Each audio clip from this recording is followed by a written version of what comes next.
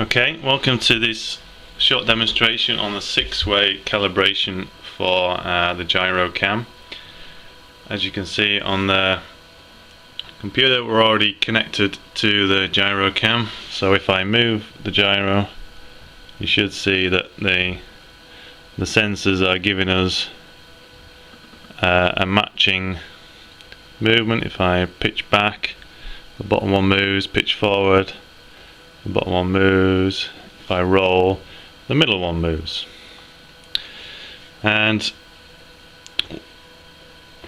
here on the Gyrocam I've put a white arrow to show you which it's pointing down towards the USB port, and basically when it's pointing down and you can see it, that is the Gyrocam in its normal kind of operating position, level with the horizon, the camera lens pointing forwards.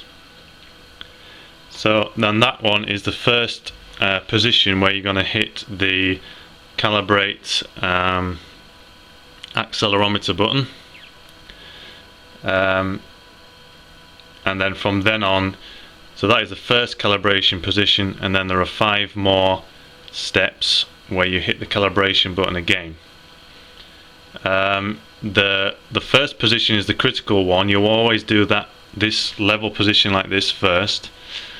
Then the next 5 steps you can do in any order, but I do a certain sequence so that I can remember it correctly.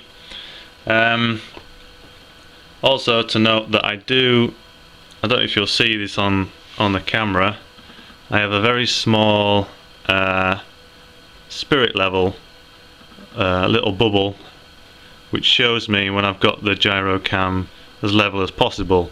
I'm not going to use it at this point because I just want to show you quickly all the positions, but by all means you take your time and get it as level as you can, because then it'll be a bit more accurate. And the whole point about why we're doing this is because we want these gauges to show us an accurate position as possible. So for example, when I'm level, my roll gauge is reasonably straight, reading a low number. When I turn it around to a 90-degree position, then I want the roll to show me as close to 90 degrees as possible. And sometimes if you do just a one-shot calibration where you only calibrate in the level position, you might find that these numbers are a little inaccurate. So this is why we do the 6 stage, and it just fine-tunes these numbers a bit better, and therefore you get a bit better performance from your Gyrocam. So here we go, we've got the camera in the first position. It's as it would be, as you would hope to see it when you're running the bike, nice and level, pointing forwards. So I'm going to hit the calibrate button right now.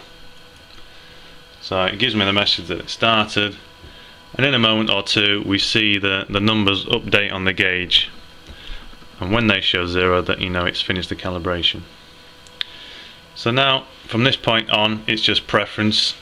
The first one I do is to point the camera to its left. You'll see that the roll is already quite straight. So then I'm going to hit the calibration button again,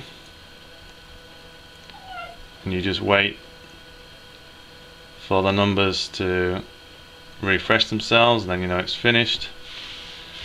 Okay, so that was the second position. The third position, we're going to rotate the camera to its right. Just watch your USB cable when you're doing this so it doesn't pop out. Okay, hit the calibration button again. So this is the third one. Wait for the numbers to refresh on the screen. There we go. So that was the first 3 steps. The fourth one I'm going to do with the Gyrocam completely upside down but still pointing forward, like that. Hit the hit the calibration button again. This is the left calibration button, always the accelerometer one, not the gyro one. Okay, wait for the numbers to refresh there. There we go. Okay, now if I put it back to the normal position, so we've done 4 stages so far. So the last 2 stages, I'm going to point the camera towards the sky, basically. This won't be very level because the cable is coming out the back, of course. But there we go, you take your time, try and get it as level as possible. The pitch is already pointing towards the sky, so that's a good reading, but I'm going to calibrate anyway. So this is the 5th step. Wait for the numbers to refresh. Okay, then the final step, if I bring it back to its normal position, is the camera lens would be pointing down towards the floor,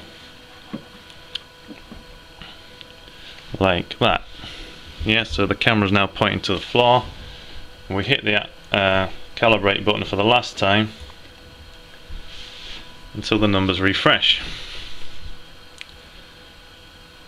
Okay, now you don't have to press anything else after this. You don't have to press the right button. You don't have to calibrate gyro. You've completed the 6-stage calibration.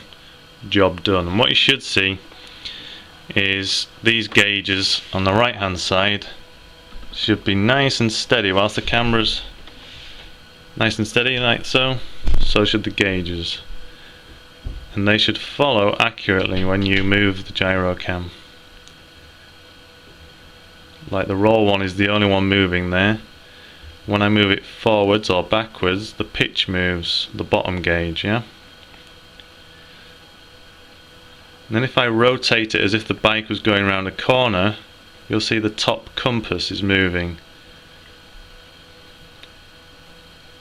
And this 6-stage calibration really seems to help with the compass reading, so that when you're going around a track, which is technically one big circle, you are going to go all the way around the compass face.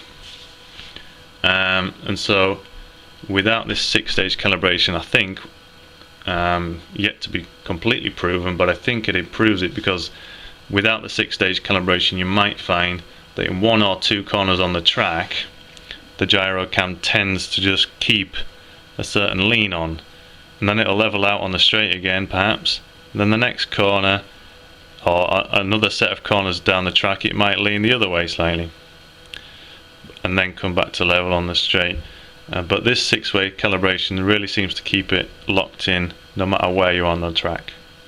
So I hope that you understood that correctly. When you do it, make sure you take your time. And another tip is, try when you're gonna hit that calibrate button, don't have your hands on it if possible, because you naturally might be shaking a little just because of the way our muscles work in our body, but you might induce some vibrations into the control board whilst you're trying to calibrate it. It's best to completely leave it free of your hands whilst you hit the button. Okay guys, that's all I'm going to say on that. I hope that clears things up for you and gives you some increased performance from the Gyrocam.